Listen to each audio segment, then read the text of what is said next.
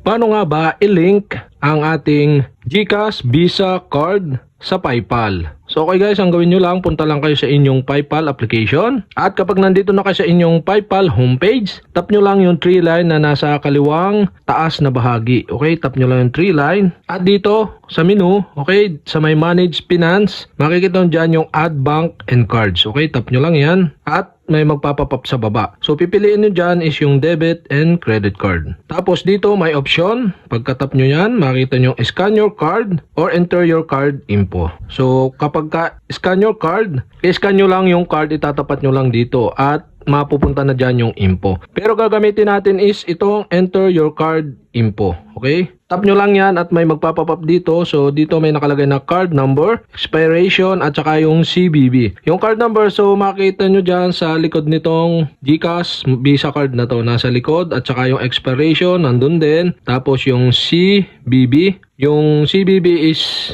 yun, tap nyo yung question mark. So makita dun sa, the CVV is the 3 or 4 digit number on the front or back of your card. So pwede nyo makita sa front or back. So kapag ganito, nasa back siya. So okay, enter nyo lang dyan yung inyong card number, expiration at saka yung CVV. At once na nailagay nyo na dyan yung information ng inyong GCash Visa card, tap nyo na yung link card button na nandito sa baba. Okay guys, your link your card. So okay, pwede kayong mag-add ng another card or all done for now. So kapag natap nyo ng all done for now, so successful na nating na-link yung GCash Visa card natin sa ating PayPal account. So ganun lang kadali guys mag-link ng GCash Visa card sa ating PayPal account gamit ang PayPal application. So okay guys, sana nakatulong itong video na to at kapag may mga katanungan kayo, mag-comment lang kayo below at kapag hindi ko pa kayo subscriber, mag-subscribe lang kayo sa aking YouTube channel. I-click nyo lang ang subscribe button at ang bell para updated kayo sa mga video tutorial like this. Okay, salamat sa panonood.